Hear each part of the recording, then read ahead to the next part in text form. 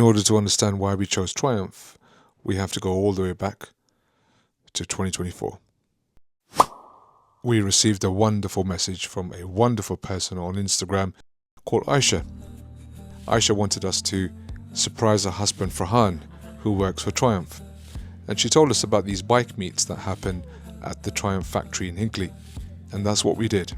We got the team together and we ended up going to one of the bike meets to surprise Farhan. He was pleasantly surprised, and it was wonderful to see so many different bikes, so many different people from different backgrounds. It was an amazing experience. We got to know a little bit more about Farhan and what he does at Triumph. And he got to meet the team members from different places. We had people come down from Derby, Nottingham, Coventry, Leicester and Birmingham, to name a few. While we were there, we noticed something about our community. There weren't many people who were riding Triumphs, so we had to investigate. And the best way to investigate something like this is to go to the source.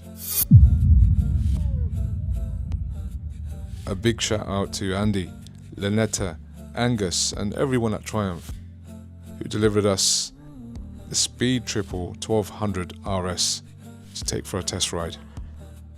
And because this was our first official test ride and our first YouTube video of a review of a bike, we thought we have to go somewhere special to give this one a test. 6 of us set off, bikes loaded, engines warm, and heading down to Dover. Adil's leading the charge on the Triumph Speed Triple, Umar's on the Suzuki GSX 1000, and me and Aldaf are on Yamaha MT10 SPs. And yes, you'll see in the video, Aldaf's bike decides to give up on him. Battery's gone. But no drama, quick bump start, and bit of teamwork, and we're back on the road. We roll into Dover, straight onto the ferry. Our destination is Calais for now. Meanwhile, Yasin and Hakim have already set off hours before us in a van with their Yamaha Tenere 700 and the Honda Hornet.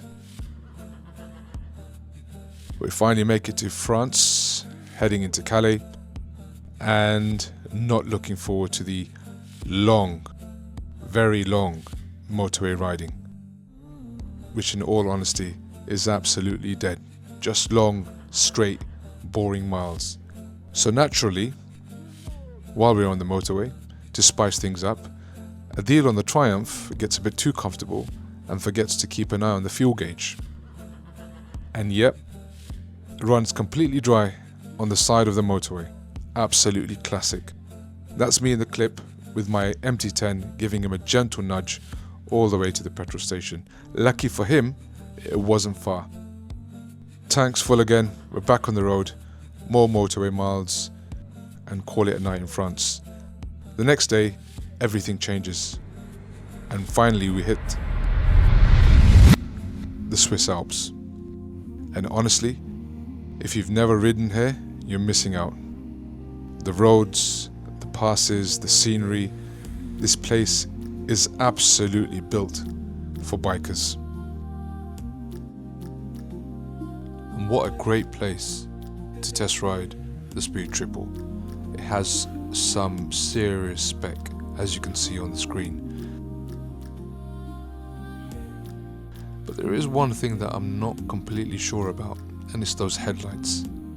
If it was up to me, I would take the headlights from the RR and put it onto the RS. But that, I guess, is just personal preference.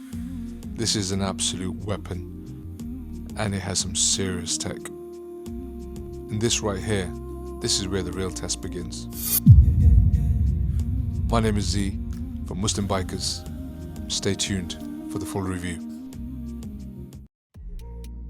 So now, we've finally got some proper seat time on the Triumph Speed Triple, and there's no better place for it than the Swiss Alps. Straight away, you can notice the comfort.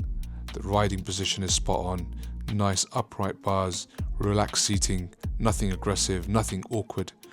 And those Olins, that semi-active suspension, honestly it soaks up everything. Speed bumps, uneven roads, whatever you can throw at it, it just glides over it effortlessly. You get onto the power, and this is where it wakes up. 180 brake horsepower, and it feels like it. It's not just fast, it's accessible.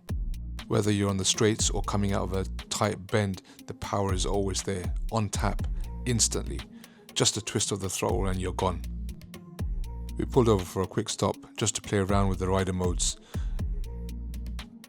You've got your rain, road, sport, track, and a rider mode. Plenty to customize depending on how you want the bike to behave.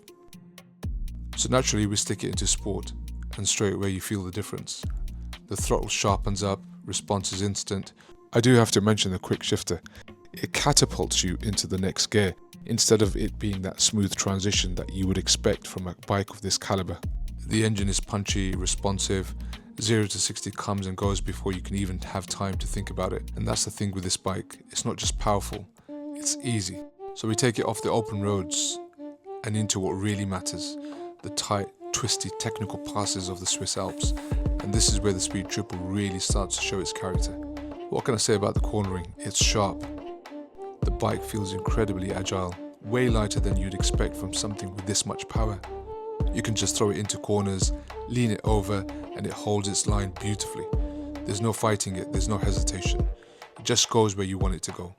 So after all of that, I'll be honest with you, the Triumph Speed Triple 1200 RS has been incredible. Comfort, power, handling, tech, it ticks all the boxes. But there's something missing. And this is where things get interesting, because in the next clip you'll see me jump back onto my Yamaha MT-10 SP, chasing the Speed Triple, which is now ahead of me.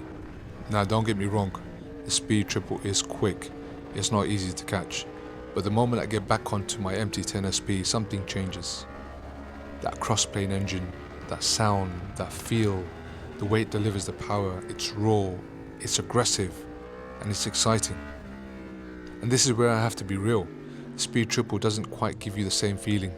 It's refined, it's precise, it's very, very capable. And that edge, that drama, that little bit of madness is not quite there.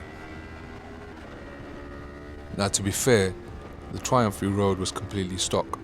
Stock exhaust, no tweaks, no mods. So you're not really hearing or feeling that triple engine the way you could. Whereas the MT-10 SP, that's a different story. So here we are, and I'll be honest, I'm torn. Because there's a lot to love about this bike. The rider aids, the power, the handling, the agility. It does so many things right. But then reality kicks in, and the inevitable happened. Rain, and more rain. And to be fair, that gave us some time. Time to stop, time to talk, time to really break it all down as a group. Different riders, different perspectives, but same question. Would we buy the Speed Triple? And the answer was yes. It's an incredible all-rounder. A bike you can ride hard, ride far, and ride every day. No drama, no nonsense, just performance when you need it. But how does it stack up against the rest? Because in the same category, you've got the likes of the BMW S1000R, the Yamaha MT-10 SP, all serious machines, all bringing something different. So would I buy the Speed Triple? Yes. Would it be my number one choice? Maybe not. But let's be clear, the bike is nowhere near the bottom of the list. It's right up there. And for the right rider, this might actually be the perfect bike. As for the rest, we have ridden these bikes, but we haven't done an official review on them. So watch this space. But then the question becomes, why isn't it the top choice? Especially in our community, with riders from all different backgrounds, Asian, South Asian, Arab, African, European, you don't really hear Triumph coming up as the first choice. And why is that? Is it a brand perception? Is it sound? Is it culture? Is it something else? That's exactly what we're going to break down in the next video. So stay tuned, like, share and subscribe, and I'll catch you in the next one. Just watch this. When you get to the edge, you're going to tilt it sideways. Lean angle, lean angle. Like this. Lean it to your side. Lean it towards Z. Lean it towards me. Lean it towards me. Lean it towards me. And then take it. Z, go to the handle. That's it. Good man. Yep. Yep, yep. That's it. To me, to you.